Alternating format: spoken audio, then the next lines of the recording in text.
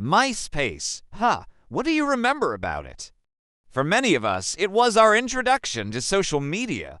We created profiles, customized our pages, and connected with friends in a virtual world.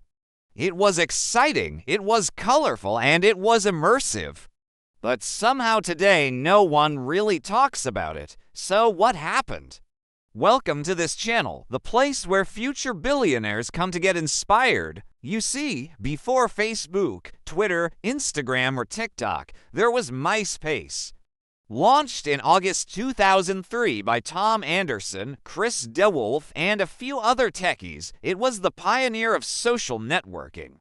It allowed you to make a profile, add friends, share updates, music, photos, and videos. It also gave you this customizable page with graphics and backgrounds, which made each member's profile unique.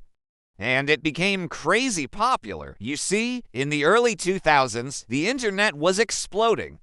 People were going online like never before, and social media platforms began popping up left and right. But MySpace stood out. It looked cool, it was fun, and it allowed people to express themselves in a whole new way. As a result, it grew faster than any of its competitors.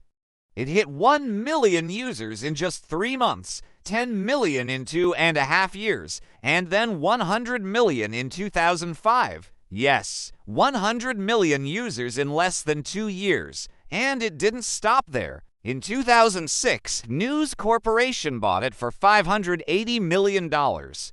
At its peak, MySpace had over 120 million monthly active users, roughly half of all American teens. It also dominated worldwide internet traffic with 75 billion page views per month.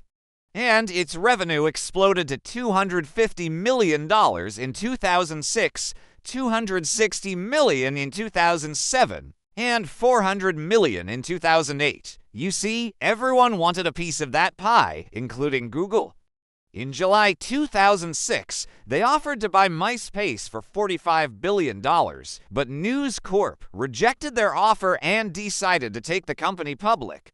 And in May 2006, MySpace went public with an IPO worth $43 billion, making it one of the most valuable internet companies in the world. But despite all that success, MySpace collapsed.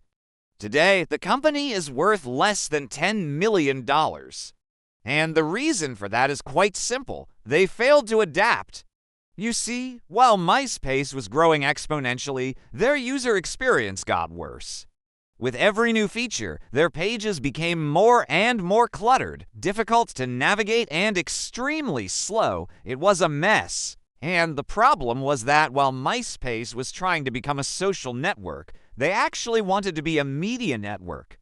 You see, they believed that their strength was the customization and the constant influx of new music and graphics, but it just ended up making everything much slower and much more complicated. Meanwhile, in February 2004, Harvard University student Mark Zuckerberg launched a much cleaner, simpler, and smarter social networking platform called Facebook.